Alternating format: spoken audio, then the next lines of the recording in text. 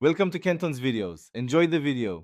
In this video, I will explain how to make mixed vegetable soup.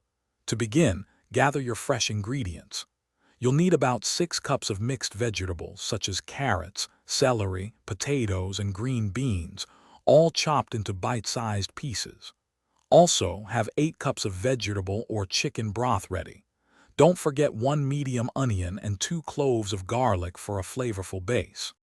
Next, let's prepare our vegetables and build the flavor foundation. Start by dicing 1 medium onion and mincing 2 cloves of garlic.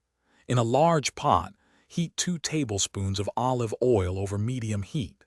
Add the onion and garlic, sautéing them for about 5 minutes until they become translucent and fragrant. This step is crucial for developing a rich, aromatic base for your soup.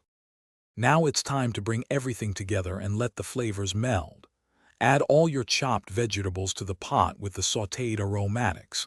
Pour in 8 cups of your chosen broth.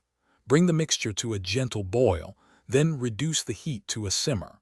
Cover and cook for 20 to 25 minutes or until the vegetables are tender. Season with 1 teaspoon of salt and 1/2 teaspoon of black pepper.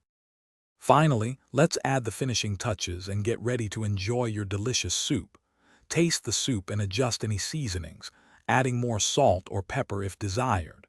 Stir in about 1/4 cup of fresh chopped parsley for a bright, herbaceous note. Ladle the warm soup into bowls.